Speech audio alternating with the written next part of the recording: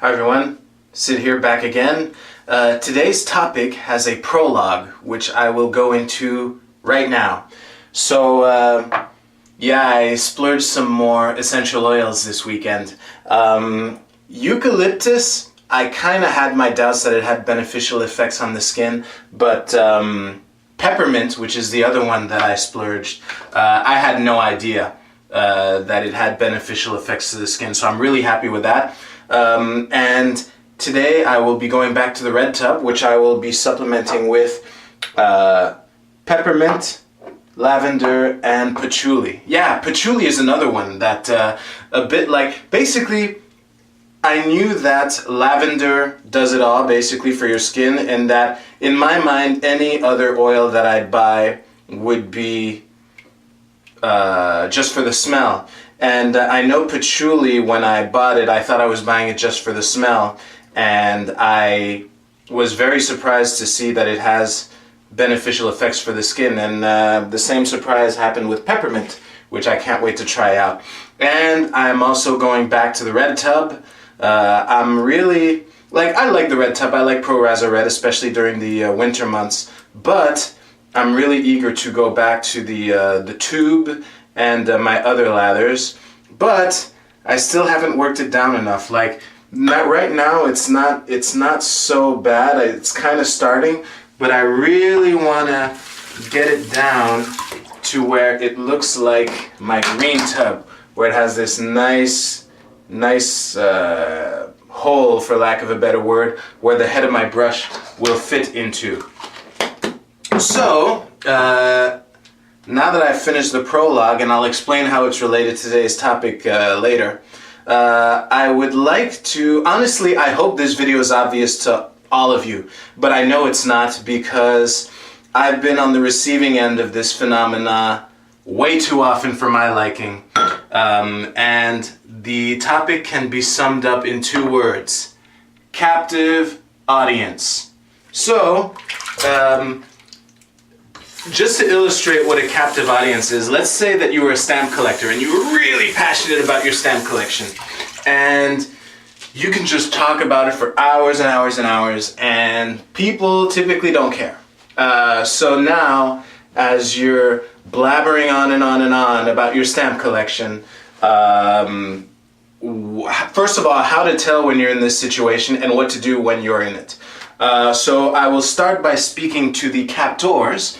And I would like to start by saying, if someone linked you to this video and you recognize yourself in what I'm about to describe, in my view, you should thank that person. It's okay, don't take it personal. We all do it. Because me personally, when I'm walking down the street or I'm out in public and my fly is open, or I have a booger right here, and someone says, "Hey Sid," well, you can't see my hands, but he says, "Hey Sid," like this, or "Hey Sid," like that, that's great, because I know how I come off. I didn't know I was coming off that way, and now someone called me on it, and I'm really grateful to that person. So, if this is you, please take that into consideration. So, how can you tell when you've captured an audience and you're just going on and on about your stamp collection? And by the way, for the purposes of this video, whenever I say stamp collection, that's a metaphor for something that you're really passionate about, that has an entire universe of information, and that either people in general or the people in your environment really don't give a shit about. It could be anything. It could be, I don't know, comic books. It could be 1930s Ford Mustang engine pistons. It could be rock climbing, rope manufacturing techniques. It really doesn't matter. So to tell when you've captured an audience, not captivated, the other kind, captured, the bad one, it's really simple. At least I wish more people knew this, but part of the reason I'm shooting this video in the first place is because I've been in a captive audience, as I said in the prologue or intro or whatever. So, It's funny because it's so sad that I have to say this, but really people don't get it.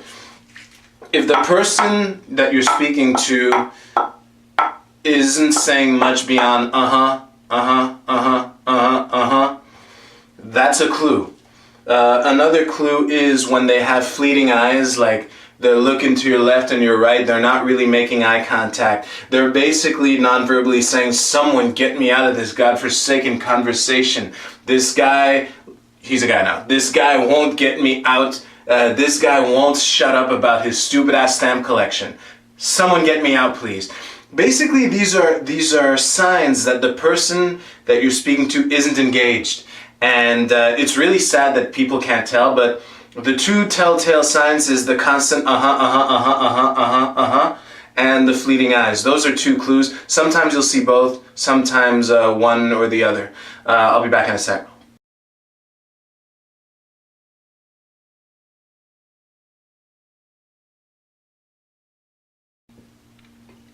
So, before I move on to the captives, there's one thing that I want to mention and point out.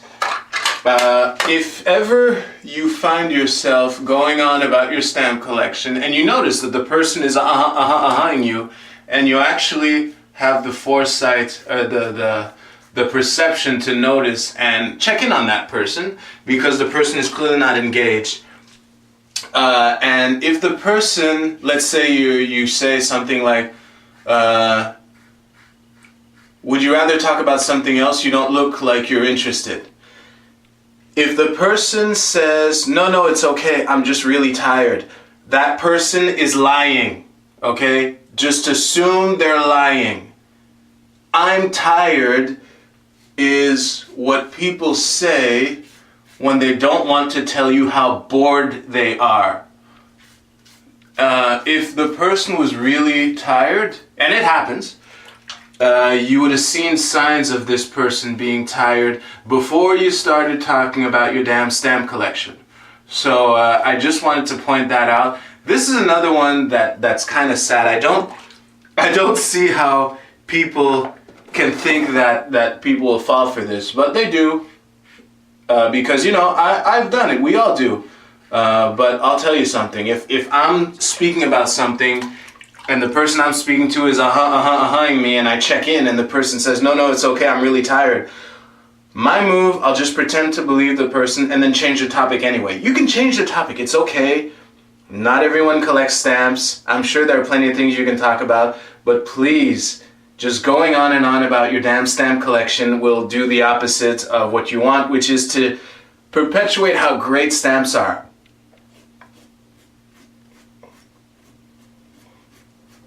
So, with that out of the way, let's move on to the captives. So, if this is something common that I see and that I've thought also. So, if you're in a captive audience, you've been captured by someone who's going on and on and on about his stamp collection and the 1810 blue whale sailboat with a missing mast that was only has 1,000 copies of it or whatever before it was canceled, and to make sure that it stays in good condition, he keeps it in such and such cupboard or whatever. The key question, a question that people often ask themselves is it rude if I tell the person how bored I am or try to change the topic? To be rude or not to be rude? Now, this is a false question. It's built on a false premise, and I just want to point out that if you're in a captive audience and you're ing the person, that person's being rude too, because they're basically erasing you. You're not really there for that person, unless the person, for whatever reason, 90% of the time, the person should be able to tell that you're not engaged at all. So that person is basically using you as a vessel to just blabber on about his stamp collection. So that person fails the mirror test, and the should I be rude, should I not be rude is a false consideration in that context.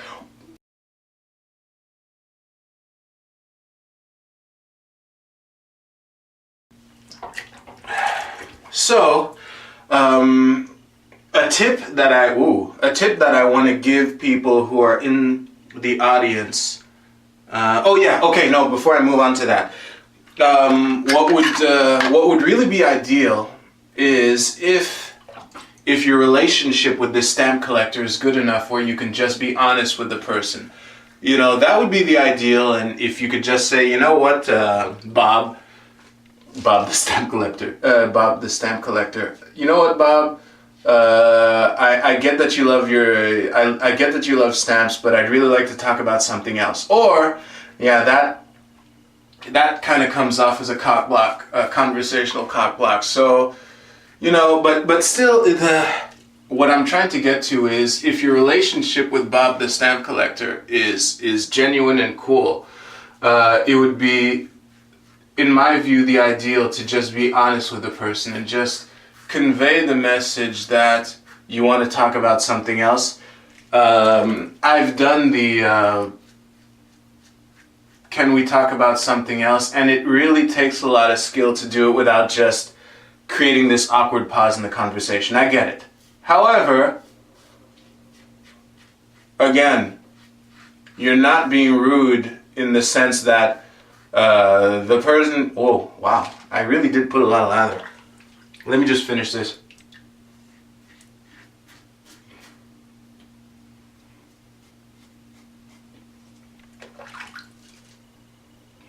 So yeah, the rudeness point is kind of moot in the sense that Bob is also being rude by going on and on about his stamp collection despite your constant ahhing. And so what would really be nice is if you could be honest and either change the topic or just flat out tell Bob that you're bored. Or just propose a new topic, something that you know that you're interested in. It takes some skill, but that would be the ideal. Now, in some situations, you can't do that. I know that when I've been in a captive audience recently, some of these were at work where I basically want this person's money. And if I'm with a client and the client is going on and on and on about his stamp collection, it's kind of not ideal for me to just say, you know what, I really don't give a shit about your goddamn stamp collection. Can you please shut up about it and we'll move on with this transaction. But I do want to have give some tips on how to kind of cope with the situation and manage it.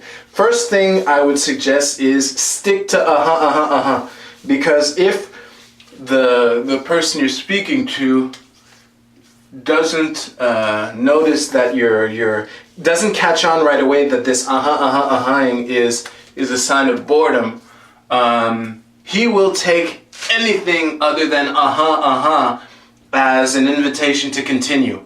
It could even be something as simple as or really, or anything that's not to someone who's kind of oblivious to what's going on is typically seen as an invitation to continue going on about the stamp collection and the Statue of Liberty stamp with one of the points that looks like a unicorn horn and all this nonsense. So, if you're ahhing this person and the person is actually perceptive enough to notice and check in on you, take the out. If you're caught with Bob the stamp collector and you're ahhing him and he said, "Is everything okay? You don't look like you're really interested in my stamps." And you say, "No, it's okay, I'm really tired." That's all on you, and I don't really feel bad for you if you choose to refuse this very precious gift that Bob has just given you by offering you an end to his seemingly endless rant on his goddamn stamp collection. By the way, today's aftershave was Bobanam. So, before I let you go, I want to leave you with a question. What's your stamp collection? Because as I said in the beginning, we all do this. As a matter of fact, the thread that connects today's prologue with the actual topic of the captive audience is, I know that my stamp collection, or one of them, we have many, one of my stamp collections is traditional wet shaving. So I'm lucky enough that I can share this with the world in a somewhat entertaining and somewhat informative way. But it's the prologue that I had there, I was basically going on and on and on about how I've been wanting to work this tub down so I could travel with it. And another clue of someone who's incessantly going on and on and on about his stamp collection is that I mentioned things that I mentioned in previous videos. So someone who's been paying attention would have noticed that I covered things that I already covered, like why I'm still doing the red tub, when I will decide to stop using it, and well, the essential oils I got, that's kind of cool. But you like me, that's why you're watching this, so that part I know you forgive me. But the real key question that I want you to consider is, what is your stamp collection? And by knowing this, at least you can know, you can engage in conversations more intelligently. And when you find that person that actually engages with you when you're talking about it, instead of just uh-huh-ing you, then you can benefit from it all the more and use that person instead of using some poor as a vessel for you to just pour your fucking stamp collection knowledge into. So that will be it for today. Thank you so much for watching this video. Please like, share, comment under this video, and you can follow me on Twitter at SidrockMTL. Please subscribe to this channel on YouTube. It would really help me out a lot. So that's it for today again. Thanks again. You are marvelous. I'll see you next time.